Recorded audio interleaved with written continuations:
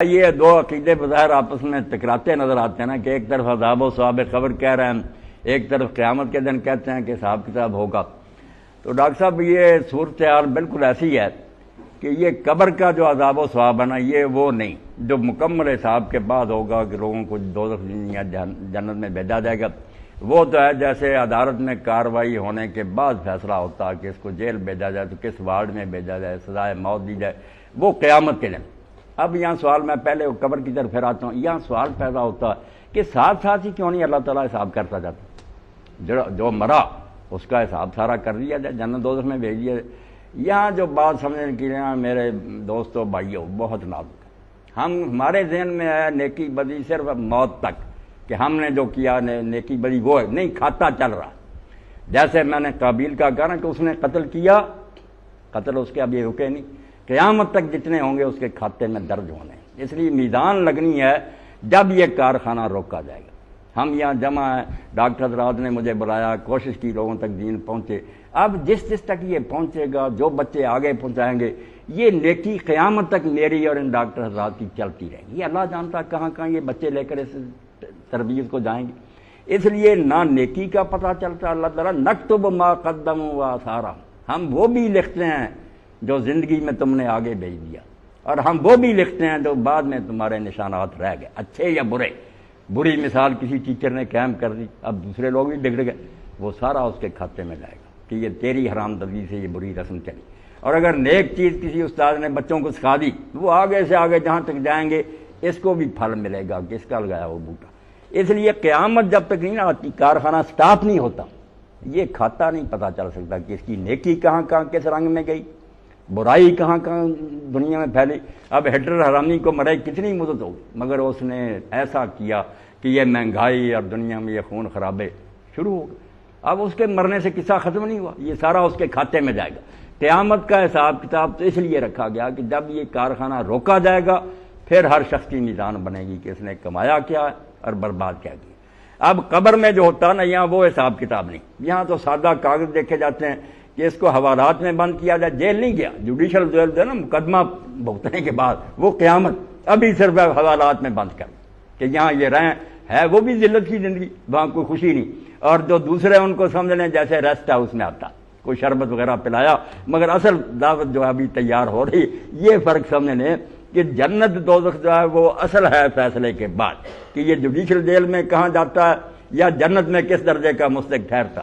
اور یہ جو ہے صرف کچھ آرام میں ٹھہرائے ہوئے مہمانوں کی حیثیت، وہ گیسٹ ہیں، مہمان ہیں، ٹھہرے ہوئے، خوشبوئیں آ رہی، ٹھنڈی ہوائیں، وہ بیچارے حوالات میں بند ہیں، مصیبتوں میں۔ اب جو ہے قبر کا وہ صرف اتنا ہی، مکمل حساب و کتاب وہاں ہی ہوگا۔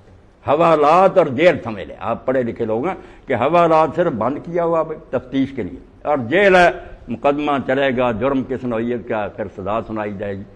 جی بہت اچھا سوال ہے، ایسے سوال پوچھ لینا چاہیے۔ ہمارے ہاں تو حوالات میں ضروری نہیں ہے کہ مجرم ہو، یہ حوالاتی بری بھی ہو سکتا ہے اور اس سے سزا بھی ہو سکتی ہے۔ قبر کا جو حوالاتی ہے، کیا وہ بھی مشکوک حیثیت میں ہوگا؟ اور جو ریسٹ ہاؤس میں ہوگا، کیا اس کی بھی واپسی دوسری طرف ممکن ہوگی؟ نہیں، ڈاکٹر صاحب نے بہت اچھی بات کی۔ وہاں جو ہے نا وہی حوالات میں ہوگا جو سزا کے لائق ہے۔ مقدمہ تو بعد میں چلے گا نا، جائیں کاغذ جب دیکھتے ہیں، پوچھتے ہیں چیزیں، جو لائق ہے جس کا انجام برا ہونا وہی جائیں گے، مشکوک نہیں۔ وہاں دنیا کا حال ہے کہ یہ پوری واقفیت نہیں نا، بیچارے پولیس والے بھی ایمانداری سے بھی مجبور ہوتے ہیں، کیا پتہ مجرم ہے یا نہیں۔ وہاں تو صاف صاف فرشتوں کا سارا ریکارڈ اس کا مانو، وہاں وہی حوالات میں روکے جائیں گے جن کا آخری انجام برا ہے، اور ریسٹ ہاؤس میں وہی ہوں گے۔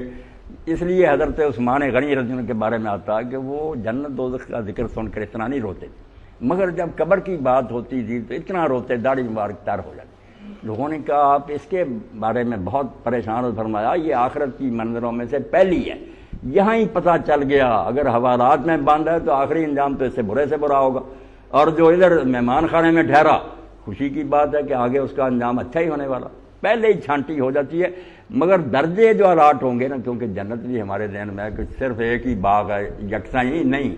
اللہ کے رسول علیہ السلام نے فرمایا 100 جنت ہے، 100، اور وہ جنت بھی یہ نہیں کہ یہ اور دوسری منزل جیسے بینکوں کی عمارتیں، یہ زمین جیسی ہے، یہاں جنت جتنا فاصلے پر آسمان ہے وہاں دوسری اتنے ہی فاصلے پر تیسری 100، اور سب سے آخری ہے فردوس۔ اس لیے اللہ کا جہان غیر محدود، ہم نہیں جان سکتے۔ اور اب تو جوں علم ترقی کر رہا، چلو ان ڈیریوں کی وجہ سے جو دوربینیں ایجاد ہو رہی ہیں، یہ خود مانتے ہیں کہ ہمیں کائنات کی وسعت کا کوئی پتہ نہیں، کتنی کہکشائیں، کتنے جان۔ اس لیے جنت کے بارے میں پریشان نہیں ہونا چاہیے کہ 100 کیسے دنیا بن گئی، تو آخری فردوس ہے۔ اب جو جنت میں جائیں گے ان کا بھی فیصلہ ہوگا کہ نیچے کی جنت میں رہیں، دوسری میں رہیں، اور انبیاء اور رسول جو ہیں وہ آخری میں ہوں گے۔ اور اللہ کے رسول علیہ السلام نے فرمایا فردوس کی جو چھت ہے نا، اور اللہ کا عرش ہے اوپر، اس کے نیچے وہ جگہ جو ہے اس مقام کا نام ہے الوسیلہ، اور وہ صرف ایک بندے کو ملے گا پوری مخلوق میں سے۔ تو آپ نے فرمایا امید تو ہے کہ وہ بندہ میں ہی، مگر تم میرے لیے نماز اذان کے بعد دعا کرو، صلی اللہ علیہ الوسیلہ، جب اذان ختم ہو تو میرے لیے تم وسیلہ، وہ مقام مانگا کرو۔ اسی لیے ہم کہتے ہیں آتے محمد علیہ الوسیلہ، کہ وہ مقام بلند جو اللہ کے قریب ہے اللہ حضور کو دے۔ فرمایا میں پھر تمہاری سفارش کروں گا، اگر تم میرے لیے دعا کرتے رہے میں شفاعت کروں گا۔ تو اس لیے جیسے مہمان خانے میں ٹھہر گئے لوگ، مگر آگے جو منظر ہے نا، یہ قیامت کے دن فیصلہ ہوگا کہ کس سٹوری پر یہ جائے، اور مجرموں کا بھی ہوگا کہ کس وارڈ میں نے بھیجا۔ جہنم بھی بہت درکات، بڑے طبقے اس کے، اللہ پناہ دے، کہیں سختی ہے کہیں نرمی۔ اس لیے بعض وقت لوگ پوچھتے ہیں یہ کافر ہیں، ان میں سے کئی شریف آدمی، کافر ضرور ہیں مگر شریف ہیں، ہسپتال بناتے ہیں، مدارس بناتے ہیں۔ تو یہاں بھی لوگوں کو پریشانی ہوتی ہے کہ یار کافروں کو آگ میں اللہ ڈال دے، تو آگ میں تو جائیں گے کیونکہ کافر ہیں، باغی اللہ اور رسول کے، مگر وہاں بھی وارڈ ان کے لیے جو ہے نرم ہوگا۔ کئی ایسے ہوں گے جن کی صرف جوتی آگ کی ہوگی، باقی وہ بچے ہوں گے۔ اللہ تعالیٰ ہر ایک کے ساتھ بالکل انصاف کے ساتھ معاملہ کرے گا کہ کس سزا کے یہ لائق ہے۔ جی حضرت